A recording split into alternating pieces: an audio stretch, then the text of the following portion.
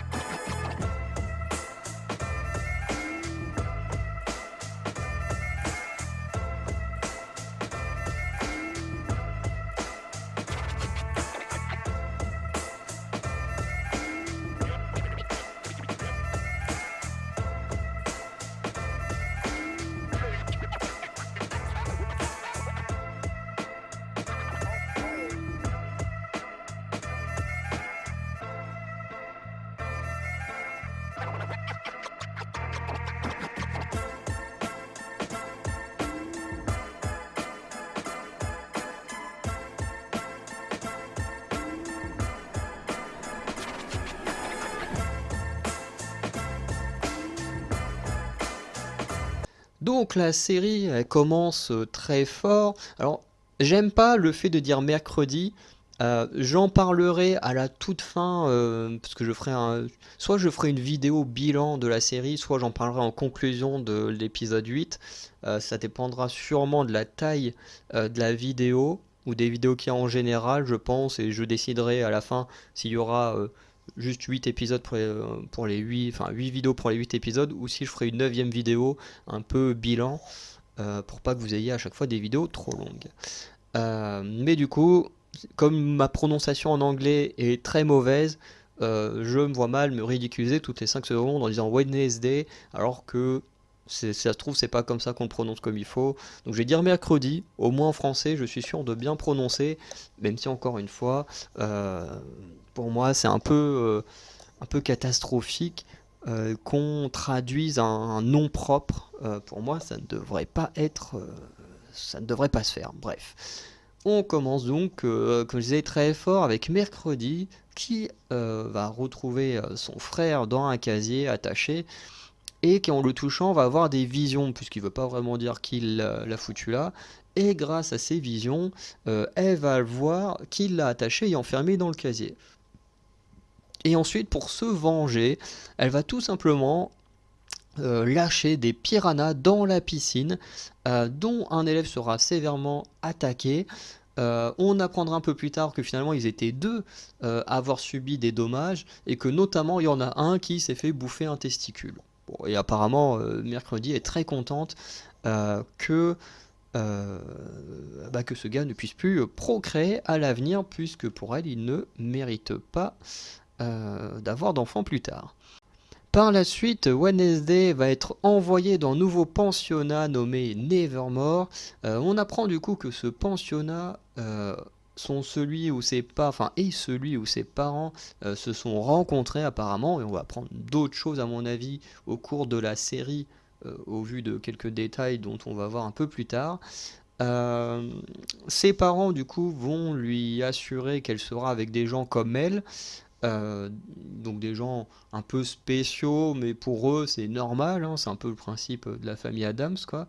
Mais on remarque avec une petite scène que les gens de l'extérieur, eux, ils voient les habitants du pensionnat comme des marginaux. Notamment, un jeune homme veut se promener en forêt et tout, et il va se faire buter dans la forêt. Voilà. Et du coup, on a deux points de vue, ceux de Nevermore qui assument totalement le fait d'être bizarre et d'avoir des capacités spéciales. Et d'autre côté, il y a les gens, on va dire, normaux, les humains, qui, eux, voient les habitants de Nevermore comme des marginaux, comme des monstres, puisque c'est un terme assez souvent utilisé pour désigner les gens du pensionnat. On apprend également que Wednesday. Oh putain, je viens de le. Vu que j'ai tout écrit en anglais, mais qu'en même temps j'essaie de le prononcer en français. Enfin, je peux pas tout écrire. À chaque fois, j'écris son nom en anglais parce que, comme je disais, j'aime pas le fait que ce soit que ce soit traduit en prononciation, c'est moins pratique pour moi. Bref. De quoi elle a été acceptée dans une école, enfin dans l'école Nevermore, bien que la directrice nous dit très clairement que normalement on n'accepte pas de nouveaux élèves en cours d'année. Mais que du coup Mercredi étant une excellente étudiante, malgré ses actes qu'elle peut commettre à côté, ses notes font qu'elle a été acceptée en cours d'année. Et en plus de cela, elle a reçu des séances de thérapie obligatoires de la part du tribunal dans lequel elle a été jugée. Et on apprend également que la mère de Mercredi, donc Mortensia, je crois que c'est comme ça qu'on dit, parce que oui, encore une fois, je suis pas un expert. Attendez, j'ai pas le nom. Si, c'est là. Morticia. Bon, j'étais pas loin. Du coup, qui était dans la même chambre que la directrice quand elles étaient étudiantes. Du coup, Mercredi va finir dans l'ancienne chambre de sa mère, où elle va rencontrer sa coloc, qui s'appelle Enid et qui est clairement tout l'inverse de Mercredi. Mercredi étant inexpressive, hein, on va juste la voir faire un petit sourire et ça fait très psychopathe, mais avec un petit sourire à la fin de l'épisode, sinon elle va quasiment pas changer d'expression tout le long, quoi.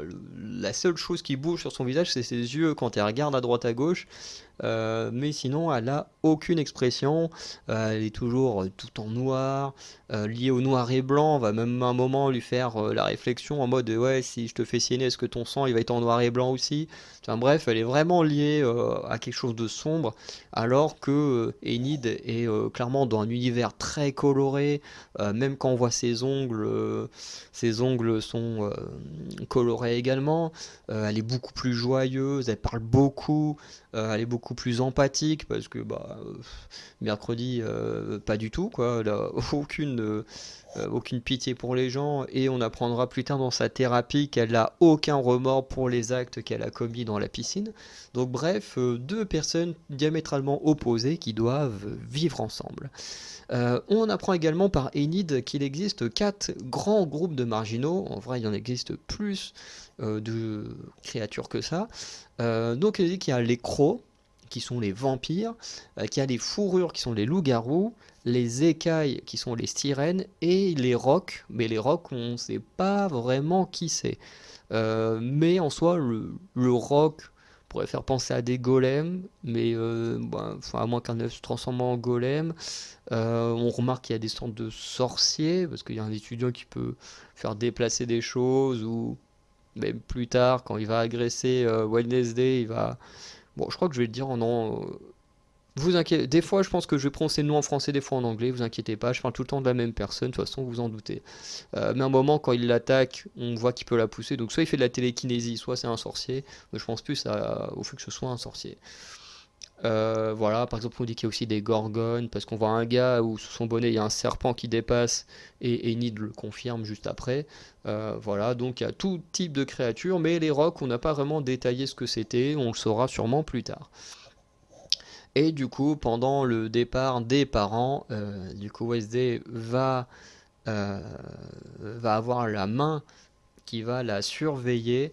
Enfin, eux, ils appellent ça la chose. Euh, voilà. Du coup, plus ou moins, il n'y a pas aussi avec une boule de cristal. Donc au début, je savais pas trop à quoi sert les boules de cristal, mais c'est un moyen de communication, quoi, comme les téléphones fixes, quoi.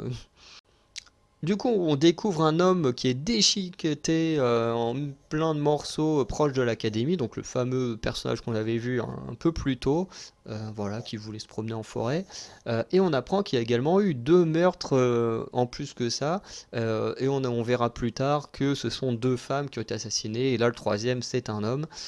Voilà. Le shérif, du coup, lui, il veut faire passer ça pour une attaque d'ours, bien qu'il est persuadé que le tueur est à Nevermore, et notamment son passif euh, fait que voilà, il a une certaine aversion, ou du moins, il n'aime pas trop les gens de Nevermore. Un peu plus tard, Wednesday va avoir un affrontement avec Bianca, donc qui est un peu la chef du groupe des sirènes, à l'escrime, dont sa mère excellait. Et après une égalité, Wednesday veut que le point final se joue dans le sang. Et en gros, sa règle, c'est la première qui fait saigner l'autre l'emporte. Et du coup, bah, c'est Bianca qui va remporter le combat en mettant un coup de... Je pense que ça devait être un fleuret au niveau du front de Wednesday. En sortant de l'hôpital, enfin de l'hôpital, de l'infirmerie plutôt, il y a une tentative de meurtre sur Wednesday. Et du coup, elle sera sauvée par Xavier Xorp. Alors, ça s'écrit Zorp, mais en français, il l'appelle Torp. Voilà. Je pense que sa prononciation est pas très bonne, mais bon. Voilà, en français, il l'appelle Torp. Et du coup, c'est le gars qu'on a vu un peu plus tôt peigner dans la cour quand Edith faisait la présentation des 4 groupes. On apprend qu'il les quitte parce que du coup, Wednesday va lui faire une critique sur le patriarcat, sur le fait qu'il se prend pour un chevalier pour la sauver et avoir toute son attention, machin. Et du coup, elle va juste lui dire, bah non, en gros, tu m'as sauvé quand on était gamin. Voilà, je t'ai rendu l'appareil, maintenant on est quitte et voilà. Et et du coup, elle va lui demander qu'est-ce qu'elle a fait quand il était gamin. Il va raconter que du coup, sa tante et la grand-mère de Wednesday étaient potes, qu'elles arnaquaient les gens, et qu'à la mort de sa tante, ils ont décidé de faire un cache-cache qui s'était caché dans le cercueil au crématorium, et que Wednesday l'a sauvé de peu des flammes, puisqu'il a failli être brûlé avec le cadavre de sa grand-mère. En même temps, qui va se cacher dans un cercueil, enfin de sa tante, mais qui va se cacher dans un cercueil quand tu fais un cache-cache? Il y en a qui ont des idées bizarres. Un peu plus tard, du coup, Wednesday va se rendre compte finalement que la main, donc la chose, l'a suivi. Et elle va en faire son esclave après l'avoir menacé, voilà, de l'enfermer ou même de lui casser des doigts, enfin bref, les grands plaisirs de la vie de Wednesday. Un peu plus tard, du coup, on va avoir la première séance au psy de Wednesday. Donc, la psy va même lui apprendre qu'elle sait qu'elle écrit des bouquins, notamment, et elle va lui dire qu'une chose qui l'intéresse, c'est la relation qu'il y a entre le personnage de Vipère et un autre personnage. Et on comprend bien, en fait, à travers ce parallèle, que en fait Wednesday écrit beaucoup sur sa relation avec sa mère dans ses romans. Et en fait, on le sent à son regard quand elle regarde, quand elle regarde la psy. Il y a un truc dans son regard et on sent que voilà, elle veut pas que ça se sache, mais elle comprend que la psy a capté que ben clairement elle raconte un peu son expérience de vie à elle à travers ses personnages. De toute façon, c'est globalement ce que font la plupart des artistes dans leurs romans ou autres. Au final, Wednesday va réussir à s'échapper en passant par les toilettes. Voilà, puisque c'est par la fenêtre et puis ensuite par l'égout elle va descendre, enfin le tuyau là. Et du coup en bousculant une personne, elle va avoir sa future mort qu'on verra un peu plus tard dans l'épisode. Elle passera dans une boutique, enfin une boutique, j'ai marqué une boutique alors que c'est plus un petit café, où en aidant un serveur à réparer sa machine, ce serveur du nom de Tyler va accepter d'être son chauffeur pour l'emmener à la gare la plus proche afin qu'elle puisse s'évader de ce trou à rats. Et au passage, on apprend que Tyler est le fils du shérif. Wednesday battra 3 pèlerins qui vont venir la provoquer. Voilà, mettre une raclée tranquille. Et j'aime bien quand elle dit ouais, mon oncle ou un truc comme ça m'a appris parce qu'il a passé 5 ans dans un truc tibétain et tout. Et le gars il fait ah ouais, il était moine et tout. Il fait non, non, c'était un prisonnier. Mais du coup, il a appris à se battre comme ça. Voilà, et apparemment on apprend que le shérif connaît le père de Wednesday qui, pour lui, devrait être en prison pour meurtre. Voilà, et du coup on comprend un peu mieux pourquoi le shérif un peu plus tôt soupçonne assez facilement les gens de Nevermore d'être des meurtriers. Ensuite, on a Enid, dont on apprend un peu plus sur elle, et on apprend que c'est une louve, mais qui n'a que des griffes en fait qui sortent, et qu'elle elle ne se transforme pas pendant la pleine lune comme les autres. Et elle nous apprend également que si cela n'arrive pas, donc si elle n'arrive pas à se transformer, et ben elle finira seule à jamais, puisqu'elle sera reniée par sa famille, par les loups-garous, et que du coup elle ne pourra pas trouver de compagnon parmi les loups. Voilà, chose que Wednesday trouve plutôt cool, hein, de finir seule à jamais. Elle, ça la dérange pas pour l'instant, parce que je pense qu'elle aura quand même une petite romance malgré son comportement. Voilà, ça ne m'étonnerait pas, et j'imagine même très bien avoir une romance avec Tyler, cet humain, et je vois bien même un triangle amoureux avec Xavier Thorpe. Voilà, pour l'instant, j'ai vu que l'épisode 1. À chaque fois, dans mon fonctionnement, je regarde un épisode, l'enregistrer, comme ça, j'aurai que les souvenirs de l'épisode en question en tête au moment où j'enregistre. Ce sera plus simple pour moi. Donc, j'ai pas encore vu la suite, mais j'imagine pour l'instant assez bien un triangle amoureux entre ces trois-là. Même si je pense pas que ce sera le truc principal qui ressortira de la série. Mais voilà. Et du coup, comme Enid elle pleure de sa situation, Wednesday va lui avouer qu'elle a pleuré une seule fois quand elle avait 6 ans, puisqu'elle avait un scorpion de compagnie et que des gamins l'ont agressé et ont détruit, enfin ont tué son scorpion en roulant dessus.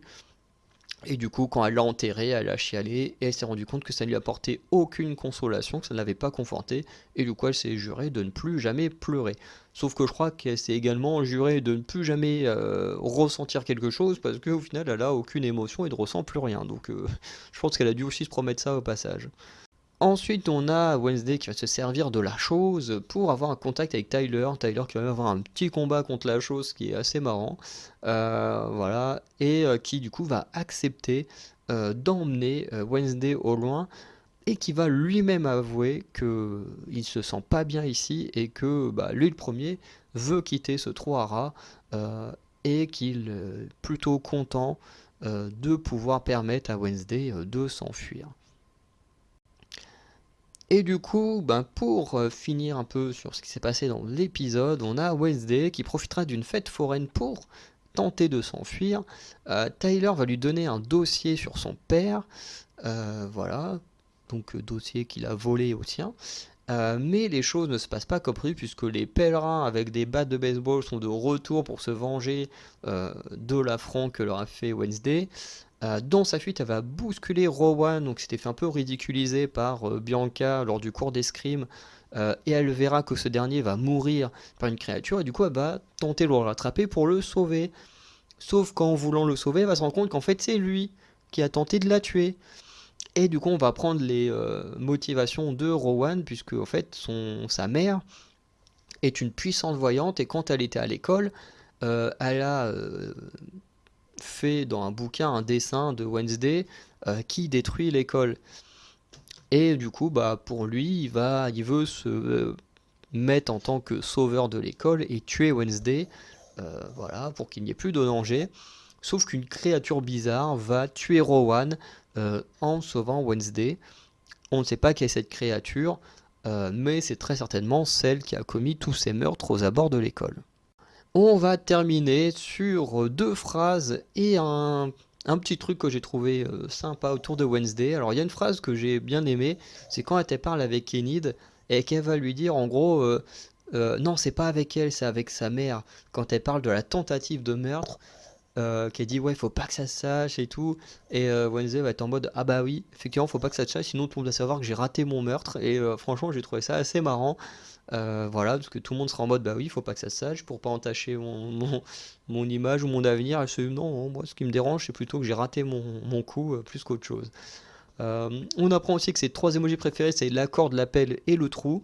Donc voilà, que des trucs liés à la mort, c'est super. Euh, j'ai beaucoup aimé aussi vers la fin de l'épisode, je crois que c'est juste avant, ouais, c'est juste avant qu'elle envoie la chose au niveau de Tyler, où en fait on la voit jouer. Alors je pense que c'est de la contrebasse, je connais pas ces instruments par cœur, mais je pense que c'est une contrebasse. Et en fait pendant tout le temps où elle joue de la contrebasse, en fait on a plein de petites images des autres personnages en train de faire des choses. Notamment on voit Rowan en train de déchirer la page avec le dessin de Wednesday. On voit le shérif avec au mur toutes les victimes du monstre. Voilà, on voit Tyler en train de voler le dossier sur Gomez Adams. Bref, j'ai beaucoup aimé ce passage-là. Et une dernière chose que j'aime beaucoup, c'est la chambre de Wednesday et, euh, et Enid. J'aime beaucoup. Alors au début, il la coupe en deux. Enfin, il y a Wednesday qui va enlever une moitié de la baie vitrée pour que ce soit égalitaire. Et en fait, j'adore parce que t'as un côté qui est vraiment tout noir et un côté tout coloré. Et en fait, je trouve ça super beau. Et même dans leur tenue, c'est marrant. Peut-être qui est très coloré, l'autre qui est tout en noir. Et franchement, tous les plans larges sur leur chambre, elles sont chacune de leur côté. Franchement, j'aime beaucoup. Je trouve que voilà, c'est plutôt bien foutu. Voilà. Donc on va conclure cette vidéo. Donc ce qu'on peut dire, c'est que le premier épisode était plutôt sympa. On découvre petit à petit plein de personnages qui auront leur importance dans l'histoire, même si voilà, on découvre surtout l'héroïne. Mais quand même, voilà, on a pas mal mis en place les relations avec Tyler, avec Xavier aussi, par rapport à Enid. Voilà, on voit qu'avec Bianca, ça se passera pas forcément très très bien dans l'école. Euh, voilà, on nous a présenté aussi le shérif qui a un problème avec le père de Wednesday, donc il peut se montrer peut-être assez dur dans la suite avec elle. Bref, je trouvais ça sympa, on découvre plutôt pas mal les lieux, les alentours, tout ça, c'est plutôt cool. L'ambiance est vraiment cool aussi. J'aime beaucoup l'académie, on dirait une sorte de gros manoir ou une sorte de petit château. Franchement, c'est plutôt stylé. Bref, pour l'instant, j'avoue que je n'ai rien à reprocher à ce premier épisode. Franchement, j'ai passé un super moment et j'espère que ce sera le cas avec la série au complet. Donc, dites-moi vous dans les commentaires ce que vous avez pensé de ce premier épisode de mercredi. Je vous demanderai de ne pas mettre de spoiler dans les commentaires au cas où toute façon, quand les vidéos vont sortir, moi j'aurais déjà tout vu parce que je programmerai toutes les vidéos à l'avance. Mais on ne sait jamais, il y a peut-être des gens qui n'auront pas eu le temps de voir la série quand les vidéos sortiront, puisque déjà cet épisode-là va sortir une semaine après la sortie de la série. Et voilà, des gens comme moi n'ont peut-être pas forcément eu le temps de la regarder aussitôt. Donc je vous prierai, si certains veulent mettre des commentaires, de respecter les autres. Voilà. Bon, si vous voyez cette vidéo dans 2-3 ans, forcément, vous pouvez ne pas vous gêner, parce que bon, là, il y a prescription. Sinon, bah, n'hésitez pas à regarder les autres vidéos de la chaîne et des autres chaînes Anacalypsie, où on parle également d'autres choses que du cinéma et des séries télé. Et puis, bah, sinon, je vous dis à très bientôt pour de nouvelles vidéos. Ciao.